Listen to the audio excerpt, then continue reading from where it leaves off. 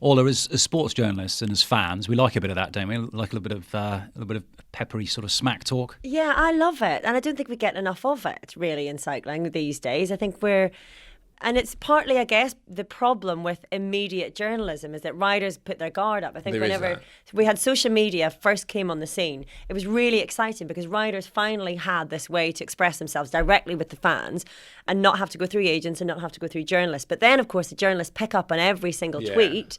The fans then start retaliating to that. And so we find the riders wouldn't tweet their honest thoughts anymore. I mean, I remember you, Bradley, whenever you were at Garmin and going to Team Sky and the whole summer of speculation. I know, yeah. And you tweeted something about, I've just been at the beach for a day of intense reflection or something, and boom, everybody was on it. That's it, Bradley Wiggins is going to Team Sky. And so I think from then on, riders sort of backed off a little bit. And that's a shame, really. And so I understand why riders don't do that sort of trash talking anymore, I guess. I mean, even when you look back to Mark Cavendish and Peter Sagan, whenever we had the jostling on the final stage of the Tour de France and Mark Cavendish crashed out.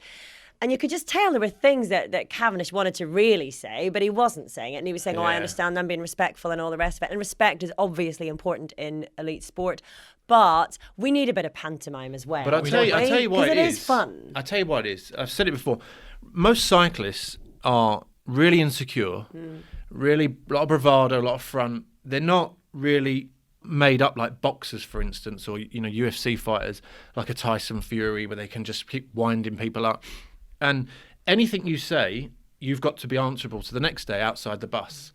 And you get to the point where you just think, look, I was only joking, all right? I didn't mean to say that he's a complete dick, because everyone takes it to heart. And then that rider's so insecure, and they're saying, and then people around him, and it just snowballs. And over 3 weeks, it's more mental energy that you're wasting. And you're saying, why did, I remember at the 2012 tour, I looked at Nibali in some way when we came over the line one day, and he had to go at me in the press, so I was disrespectful, and he texted Dario Cioni that night.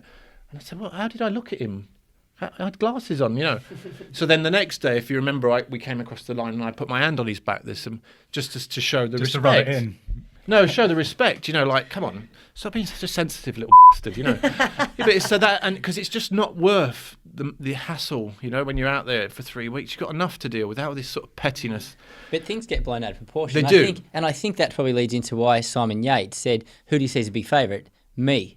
Because it's easier just to put it back on him and say, just me. That way I'm not praising any of my rivals, and I'm not showing that I'm scared of anybody. It's just saying, you know what, I'm the big favourite, and it takes that away. He's come into it after winning the Vuelta a España, and he did wear the pink jersey for how many stages last year. So it's not out of the blue for him to actually believe and say that he's the favourite. When you look at it, like, how ridiculous is it? He said, I wouldn't bet against myself.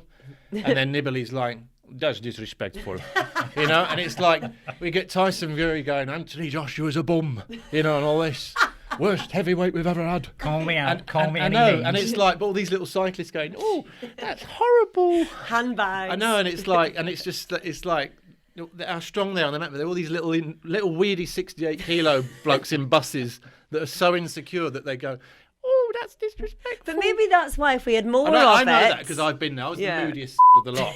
So I know this. And you're in the environment you're in promotes you to be like that. And it's horrible and it's toxic. And it's just, I'm so glad I'm out of it. And I can slag them all off here now.